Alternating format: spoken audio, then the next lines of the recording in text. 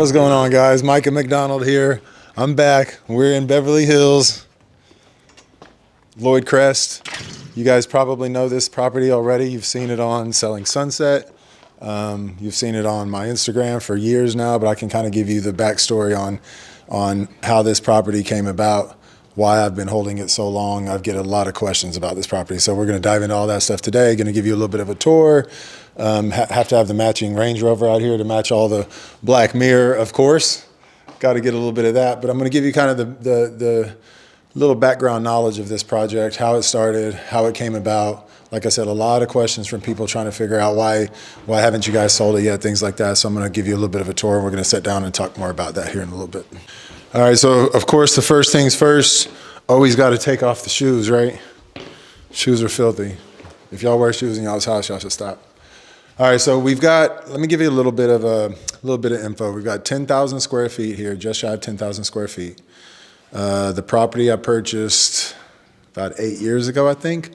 The numbers on it's about 336 was what I bought the original land for. It had a 1,700, 1,800 square foot house on it. The footprint was very different, obviously, than what it is today.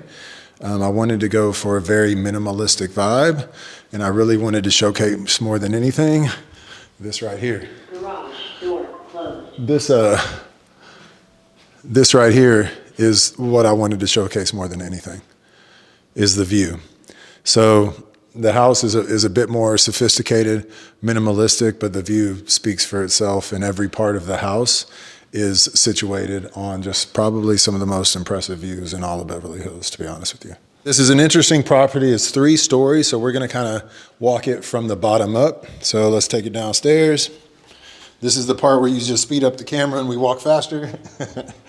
This is one of my favorite rooms, though. So when I originally bought the property, the idea, I was just going to build a house for myself. I was currently had a house in West Hollywood, and I like this area in Beverly Hills. It's the Crest Streets, kind of an up and coming area. So I originally bought it for myself and designed it and everything for myself. So it has a lot of just personal things that I would love in a house for myself. So this is kind of the entertainment room. This is where a lot of people come. Obviously a great place to have, get-togethers and parties.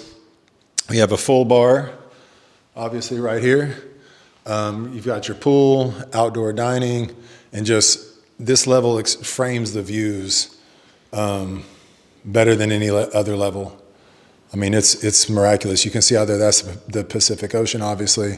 We've got the Wilshire Corridor, and then back out this way is obviously Santa Monica, Palisades, Malibu, all that good stuff. But amazing. We've got 5 bedrooms in here. Each bedroom is an ensuite, of course. Each bedroom has amazing views, king-size beds, obviously a very spacious area. There's an entrance back here. If you want to actually have staff or something live down here, you'd be able to have them come through this door right here. So obviously every room's an amazing room. I've slept in all of them. Anytime I build a house, I like to enjoy all of it. I sleep in the rooms, I shower in all the showers. I enjoy the house fully. So this is bedroom 1 of 5. All right, so we've got 2 bedrooms on this level. Let's come back this way. Obviously, you've got to have a theater room, a little restroom. But one of the theater room kind of out here, very chill vibes, custom couches, extremely comfortable. I mean, put the Super Bowl on in here. I mean, this is state-of-the-art surround sound. Close the door. I mean, you literally feel like you're in a movie theater. Custom couches, it's amazing. Acoustics in here are unbelievable. This is just an amazing, amazing vibe. Back here, we got another bar, a little popcorn station, everything that you could want in a theater room. So when I was putting this house together, obviously every house that I do, I have my own personal touches, and I've got to do a lot of, I try to put all the elements of things that I'd want in a house. So obviously we're going to have the home gym. This is my first go at the tonal system. Big shout out to tonal. I would definitely recommend this for anybody who, doesn't want to put all the equipment and stuff in a gym or might not have a lot of space. That's a great system. I use that all the time for whenever I don't have a lot of time for a full gym. Japanese soaking tub. This was or which doubles as a cold plunge. Got to have the little features. Got to have the features. Himalayan salt sauna for about 20 people. I mean, this is the health and recovery area at its finest. So you've got the gym, you've got a cold plunge, you've got the sauna, pool's right outside as well. I mean, you have everything that you could possibly need in here. You don't even have to go anywhere. If you didn't want to, this is your own little oasis up in Beverly Hills. This is a steam shower. So if you don't like the hot sauna, steam in here. Again, for about like 12 people. You can't live up here without having a bunch of people always coming and hanging out. So you need room. Here's another one. I go into all the rooms and I say they're my favorite rooms because all of them are a little bit different and unique. But this is kind of the pool cabana room. This is kind of the premier bedroom. Anytime anyone's over, this is exactly where they want to stay, right? I mean, the views here are spectacular. Again, open these doors up all the way open. And there's a little bit of a landscape noise out there right now, but I mean, it doesn't get any better than this. Both of these doors open, they fold into the wall, they collapse into here, so you have that indoor-outdoor feel. Again, all my homes are gonna have a lot of elements for me. It's gonna have, plenty of bedrooms. Everything's gonna be an ensuite. It's gonna be set up to entertain people. Gym, saunas, health and recovery. This is all this level right here. This is just an unbelievable level. This level too, so I originally bought this project. Let's come over here so we can have a little bit better of a view. Here we go, right here. So we'll talk about this. I originally bought this property from another individual who was gonna build on it and build his dream house. And he already had a set of plans and everything, and something, fell apart, and he was basically having to unload it. So I was able to get the property and the plans and everything from that seller, all for one price, which was a great deal. So I was looking to find something to build myself, but it was also a fantastic deal in case, I always have kind of a backup plan for anything in case it doesn't go as expected. So his original plans, though, was a much smaller blueprint. And the angle of the house had the views basically straight to the valley. So I had the architect change the plans. We've got views of the ocean now. As you can see, the entire house was resituated to basically highlight the views, highlight the ocean, things like that, because that's the most, valuable part of this entire property, basically. So had to be very flexible, be smart with it, and change it around. This entire area down here is a subterranean level that added, about 2,000 square feet to the project as well. That's my boy Alex right here. Then we got dining room. Obviously, again, just everything's focused on the views. It's perfect for entertaining. Look back, see the ocean. Giant island, all state-of-the-art kitchen and appliances, again, with just spectacular views. Morning coffee over here, just with views of the Pacific Ocean. It just doesn't really get any better than this, to be honest. And then before we leave this level, we have to come in here. I got to give you guys a sneak peek of something. Let's have a seat for this one. So this is another project we just pre-launched. It's called Treluso. These are the actual flavor profiles here, sitting right behind it. Blanco, Reposado, Añejo. Some of the best quality tequila that's going to hit the luxury market and really rival 1942 and Clase Azul. Treluso. We're going to drop a little link for the pre-order. It's online. Just dropped this week. It's going to be, you'll see it all over the U.S. here very soon, predominantly Houston, L.A., then Miami, New York coming soon. But this is a little bit of a sneak preview to it, guys. Keep an eye out on us. All right, this is going to be the primary retreat. So this entire level is just primary residence. And, I had to kind of get a little creative and do something different. So we've got a little facial recognition to enter into the primary area. As you can expect, again, spectacular views, indoor, outdoor living, unbelievable views throughout the entire place. Let's open these shades up. This is going to be what I call just kind of your glam room area to relax. The sunsets in here are amazing. I do a lot of recovery and a lot of training, so this is primarily where I do baths with Epsom salt. And you watch the sunset out here. It's very romantic. But the views out here are spectacular. This is worth going outside. Let's go out here and just take this in a little bit.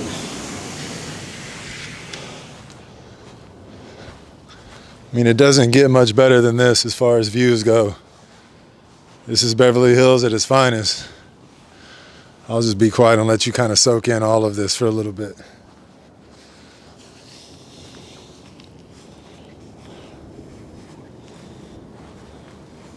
Unbelievable. If you pan back over here, you kind of get an idea of the construction. We'll talk a little bit more about how this thing is put together.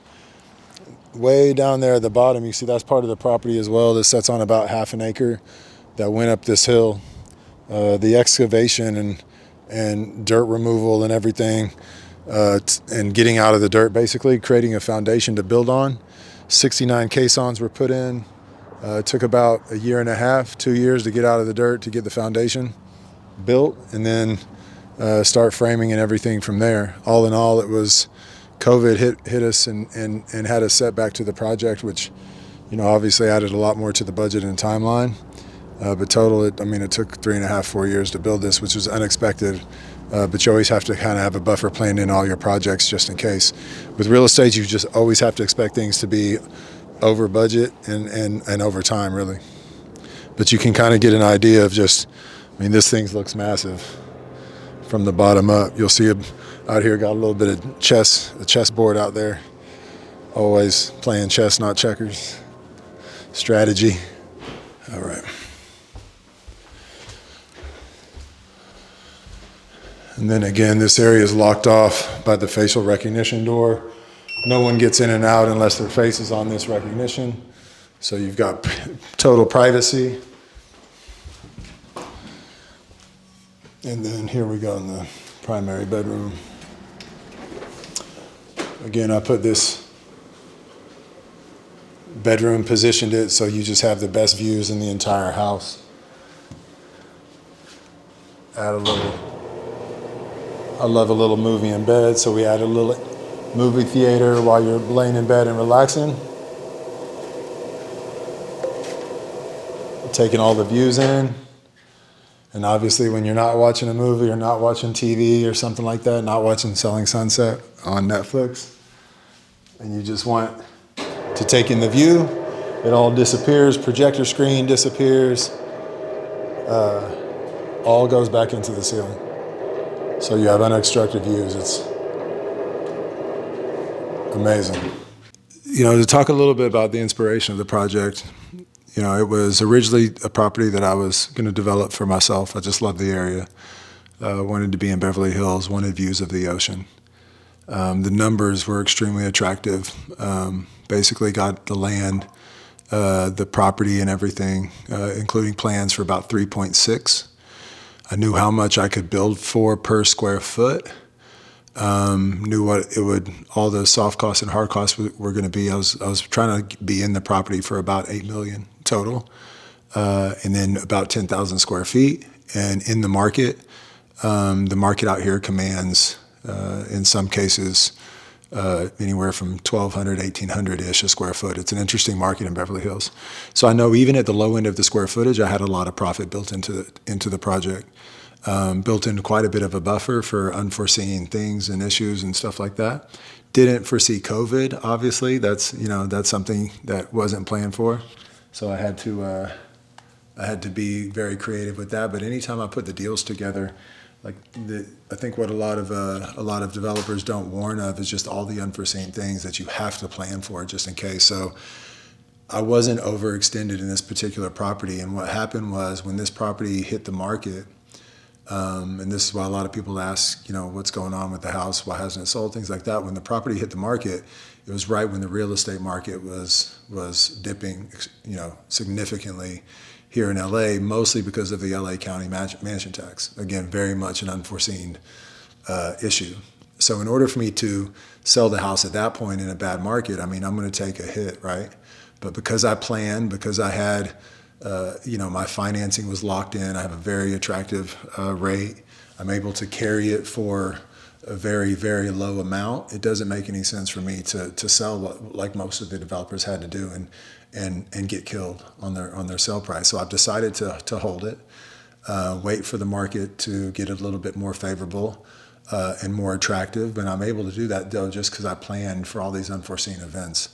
And that's how I approach every project. Basically, you have to have some backup plans in place just in case it doesn't go, and you can't overextend yourself. I know a lot of developers in the area, that's exactly what they did. They went out, got construction loans for high interest rates, didn't raise enough money, didn't have enough capital, and then thinking that once it hits the market, they're going to sell and everything be okay. And the market turned, and it wasn't. So these people got killed because they couldn't carry it.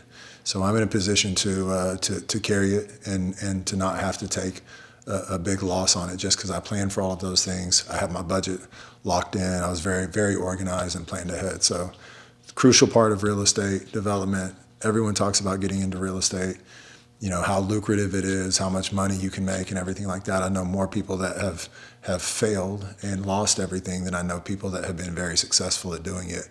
And it's all about planning, organization, creating enough of a buffer in there, and always hoping and putting that energy towards the best, but you've got to plan for those unforeseen events. And if you don't, if those things happen, you're going to get killed. If not, if you do plan for them though, you're able to withstand the storm and have other paths, which is what I've done in the meantime, waiting for the market to turn around. So the thought process is now kind of regrouping. There's a lot of stuff happening in LA County, including all this week and last week, the Palisade fires.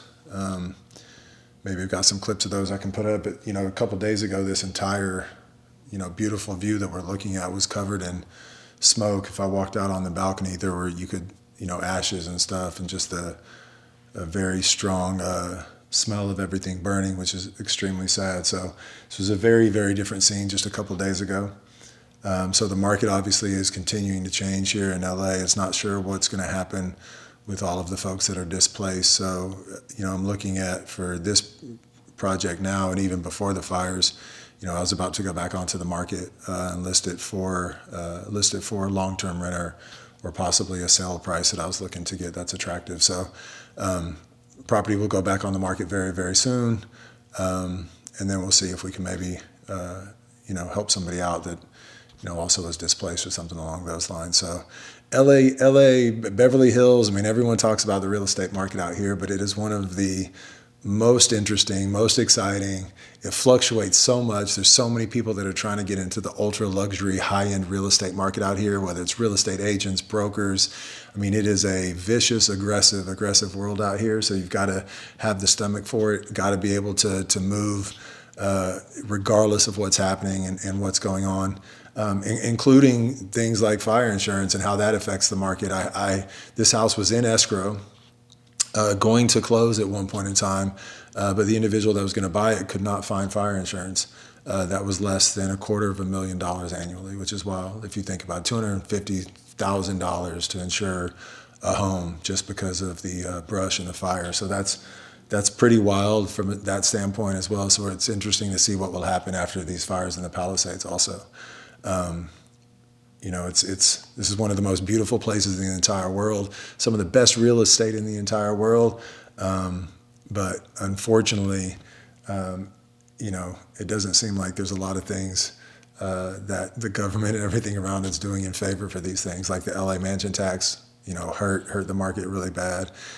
Brush clearance and things that could be done to help prevent these fires. That's a different type of subject, but long story short, you always have to be ready for anything in this market. One of the best in the world, but one of the toughest in the world to succeed at as well. Last but not least, here's the garage. Again, a lot of black mirrors reflecting back on the cars that are in here right now. I've moved them out for now so we can focus on the prize of the garage right now. This guy watching over the house always. I've had this now for I think about 6 or 7 years. It's been in 4 different properties. It keeps coming with me. It's a good luck charm. It's going to come with me after this. Sell or not, this does not come with the house. Yeah, Alex Huerta, ladies and gentlemen. it's 59,000 a month. Real estate agent, celebrity actor. Bro, I went to a Lakers game with this guy in Houston. He's acting just chilling. We're courtside. Everyone's screaming LeBron James, trying to get LeBron's attention. And I'm like, is LeBron James looking over here? What's going on? LeBron James stops his whole warm-up, his whole workout, and comes over and daps this guy up. Good day. I'm over here like a fanboy, like recording all of it. And he's trying to act like he's not. Space Jam. He was star of Space Jam. Good times. Great times. Report this view right here. I mean, like I said, I'm just going to lean on whatever you guys say. Yeah, I mean, I don't know what you and Jason talked about. So Lloyd Crest modification, I just signed that. Is that it? Yeah. All right. I don't know what you and Jay talked about. No, literally, I just told him that I didn't want to list higher than what we've listed at. And he was like, what was it at, 65? He's like, all right, we can list it at 60. And then we can list the house at 12.9. I was like, well, it was on at 12.9. And he said, okay, we can do 12.495. So let's do 59.95 instead of 59 flat. So you're at Fine. 6. And then the question is, do we want to list at 12.9? All right, so that's a wrap. I appreciate you guys spending a little bit of time with me, getting a little bit of information behind the scenes, some more knowledge about the property, why I've held on to it for a while after it was on Selling Sunset. A lot of the questions that I know a lot of you guys have been asking, hoping that gives you some answers. But yeah, that's a wrap. This is the property. I'm Micah McDonald, real estate entrepreneur, business mogul. Thanks for spending some time with me today.